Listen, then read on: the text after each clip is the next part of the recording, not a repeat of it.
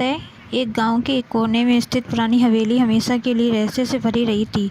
लोग कहते थे कि वहां पर एक भूत प्रेत का वास है। राघव एक युवा पत्रकार था जो उन रहस्य की तहकीकात करने के लिए गांव में आया था। उस हवेली की कहानियों ने आकर्षित कर लिया उसे।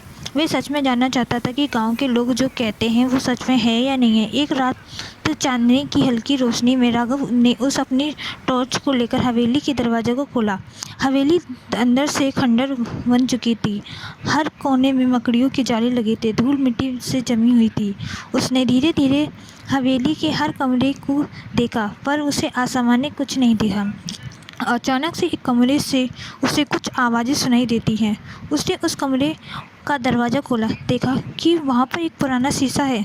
जैसे ही उसने शीशे को देखा, एक दर्दनाक झोंका उसके शीशे पे आ गया। डरावना चेहरा वे चेहरे उसकी ओर देखने लगा। उसकी आंखें आग की तरह जल रही थीं। राघव ने डर के मारे पीछे हटने की कोशिश करी, लेकिन उसके पैर जैसे कि जम गए हों। तभी एक आवाज़ सुनाई देती है, तुम यहाँ क्यों आए हो? राघव का दिल तेजी से धड़कने लगा। उसने अपने आप को संभालने की बहुत कोशिश करी। उसने कहा, भूत ने कान ने कहा कि मुझे सच्चाई जाननी है, पर भूत कहता है कि मैं नहीं बता सकता। गांव वालों से पूछो क्या करा था।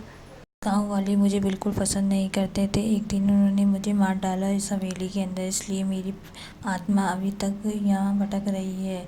मैं तभी माफ़ करूँगा जब सब लोग मुझसे माफ़ी मांगेंगे।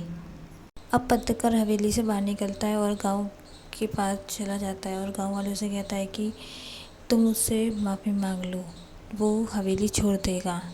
तो गांव वालों कहते हैं ठीक है, मैं माफ़ी मांगने के लिए तैयार हूँ। तो वो हवेली के अंदर जाते हैं और भूत से कहते हैं, मुझे माफ़ कर दो, मैंने तुम्हें मार डाला, सॉरी। ऐसे ही कहानी ख़त्म हो जाती है।